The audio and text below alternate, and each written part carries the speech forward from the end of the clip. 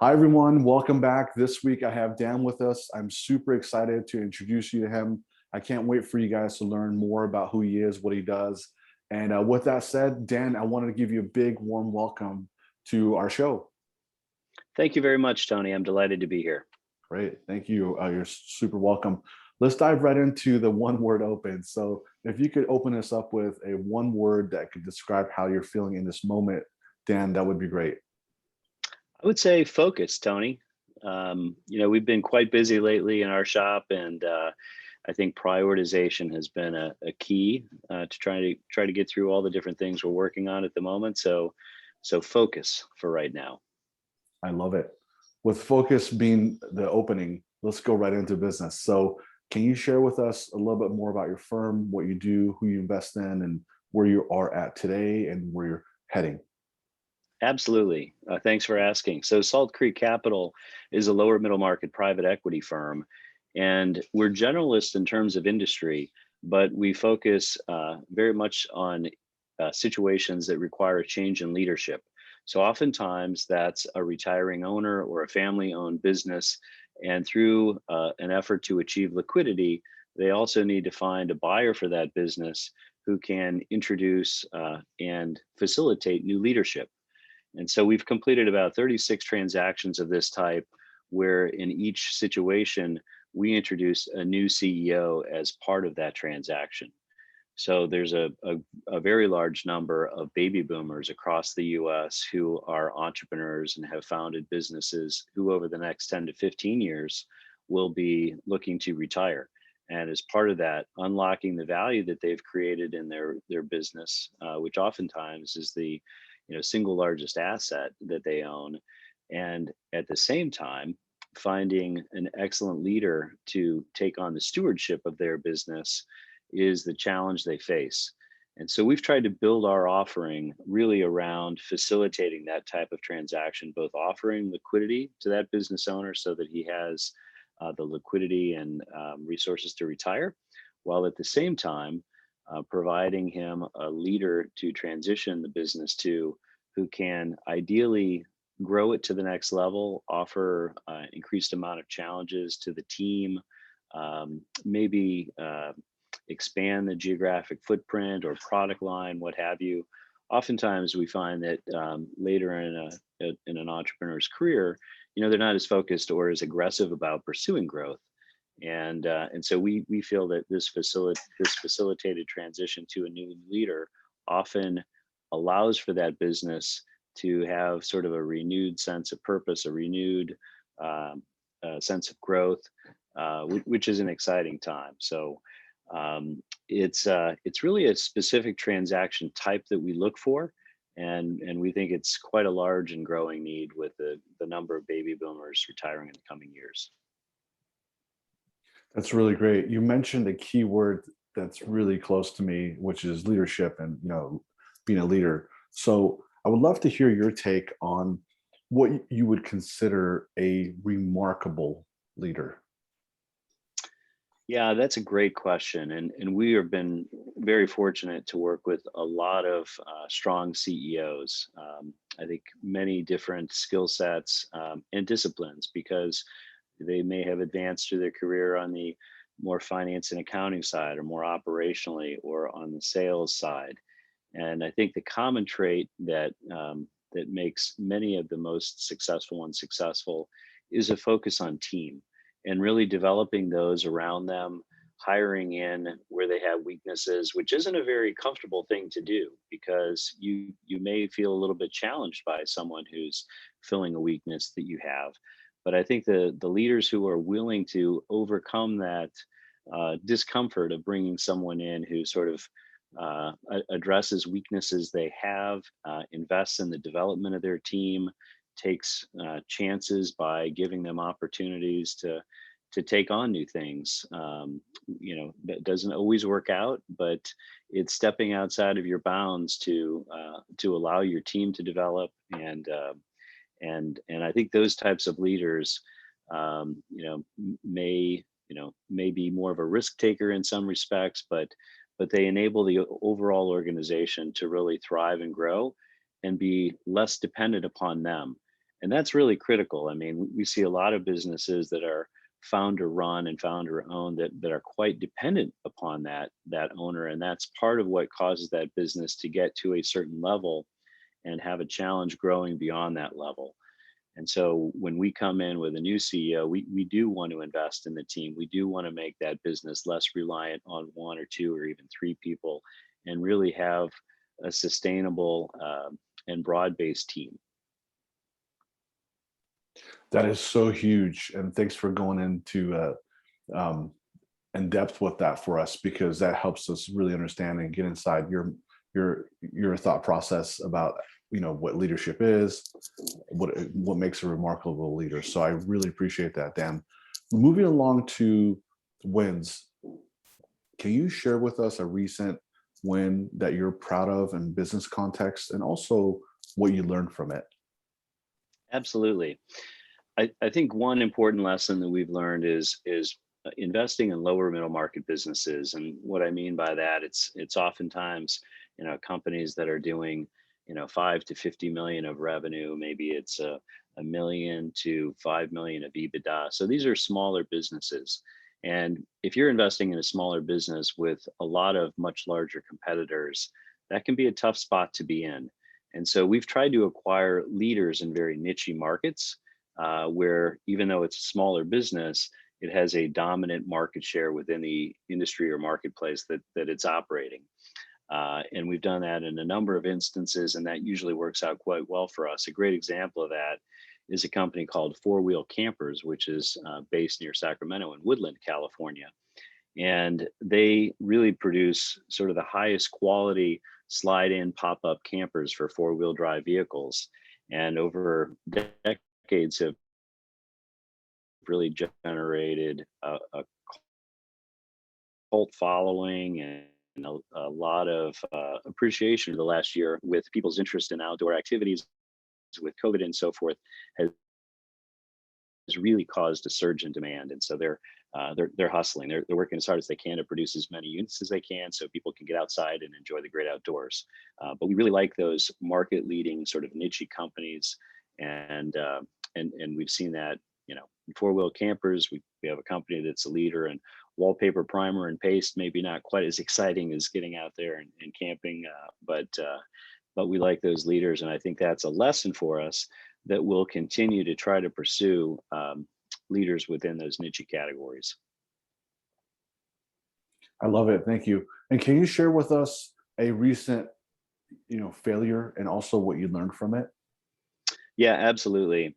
I think you can't underestimate how challenging it is to have leadership transition. I mean, oftentimes a founder of a business, identified the market need, sort of built all of the processes around meeting the customer's needs, knows everything there is to know about the business. So to transition to a new leader, boy, there's a long list of things you've got to do right.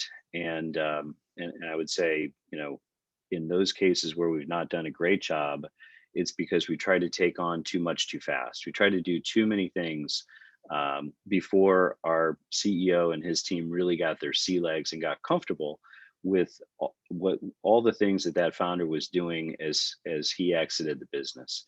And it often doesn't look challenging because that founder or business owner may have been doing it for 10 or 20 or even 30 years. And so many things that he or she does may feel second nature, and maybe he or she doesn't even know to describe these are all the things that I think about or that I factor into the decision making processes that I go through.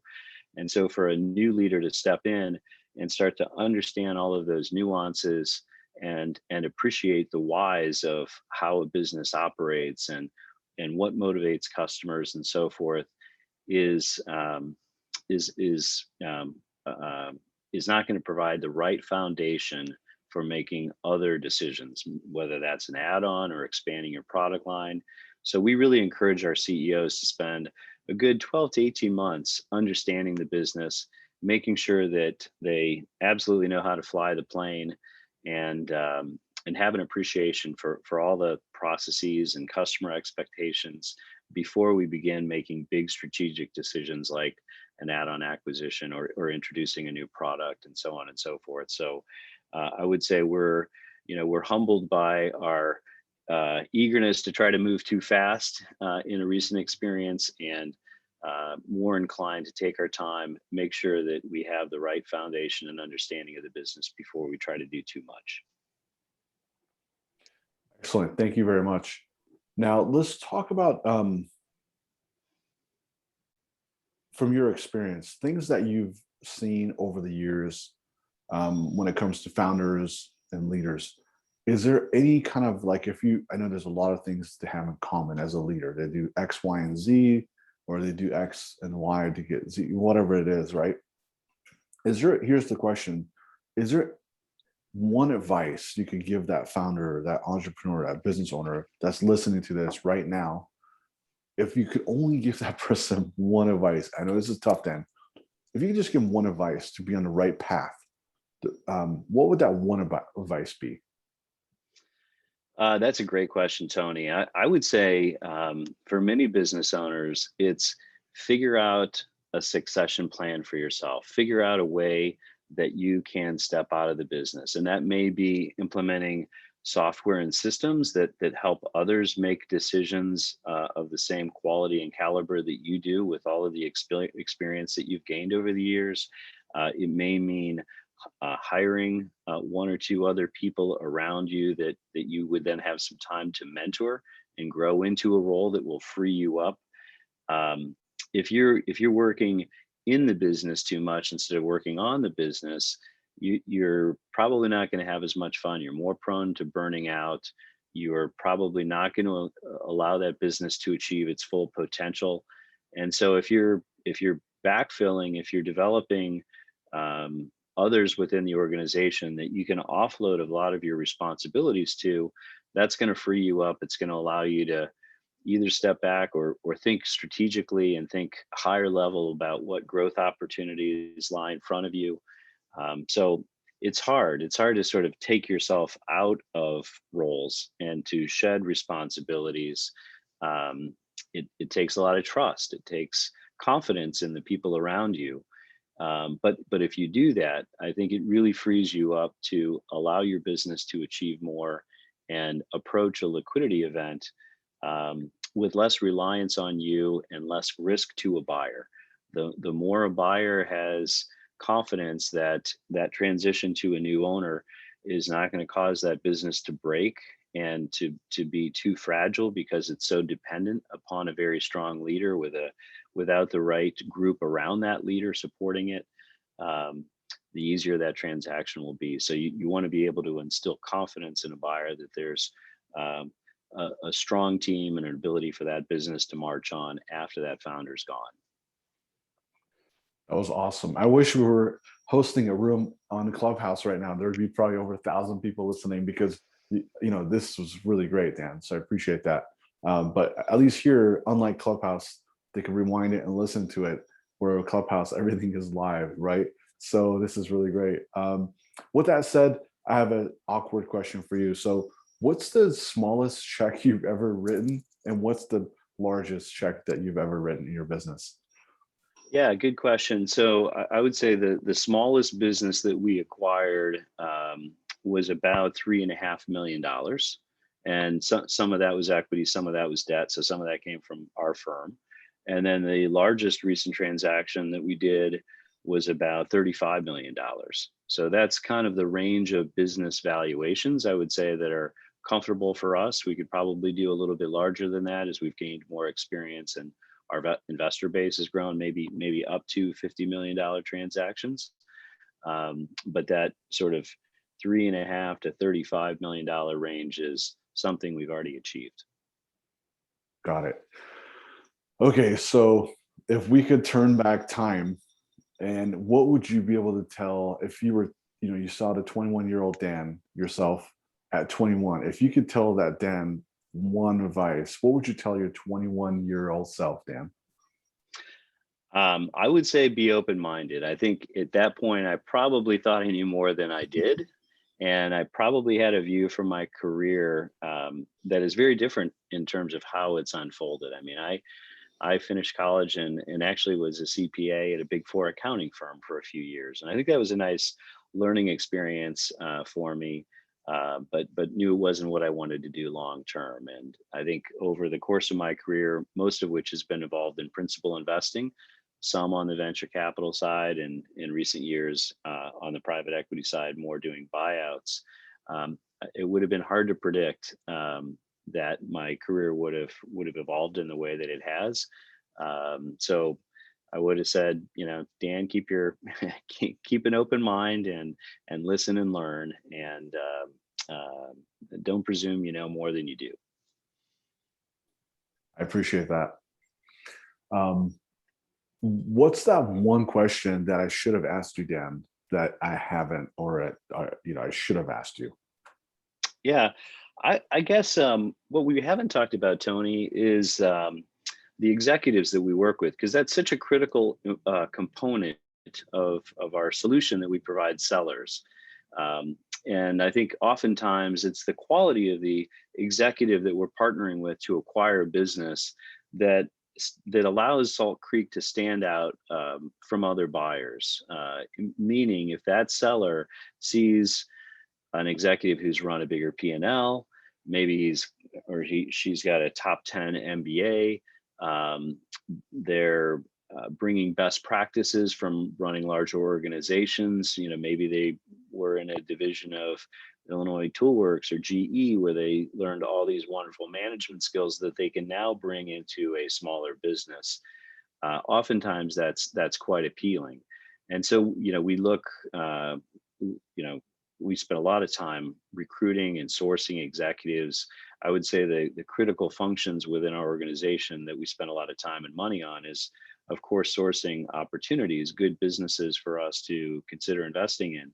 But we also spend a considerable amount of time recruiting top level executives who want to partner with us and be backed by a PE firm and running a business. And there's a lot of great talented executives that may be sick and tired of being a W-2 and feel like they want to bet on themselves, invest alongside of us, be backed by a private equity firm, and have more of a wealth creating event over a 5-year period growing a business. And so we spend a lot of time and effort.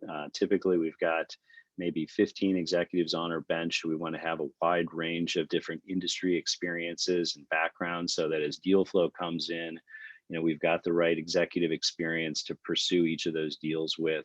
But that's a big part of our business, and maybe something that's a little bit different than many other private equity firms who may have operating partners who will sit on the boards of some of their companies. But in terms of actually having one of their executives move in on day one as the new CEO of that business, I think is part of the unique aspect of Salt Creek Capital. Excellent.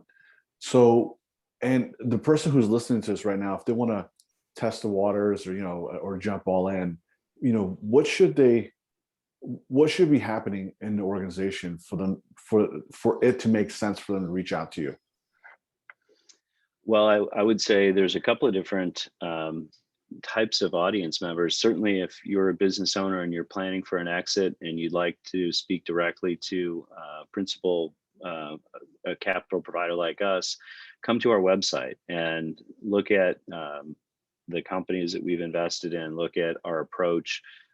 Certainly reach out to us. We'd love to have those conversations. I would say similarly, if you're an executive who has always had a desire to be more entrepreneurial and invest in and run a business, we're eager to meet with you. And Carol Underka, who's the person on our team who leads recruiting efforts, is listed on our website. And reach out directly to Carol, and she can provide more information about our executive partner program. So website's a great location. I'd also say, Tony, we recently authored a book, which is called Exit, and it's really designed for business owners to think about all the steps and what they need to do to prepare for a sale of their business. And so we're getting ready to launch that. We hope to have a link up on our website shortly, as well as other locations that people can read that book, and that will help guide primarily sellers through that process of exiting their business. That's awesome.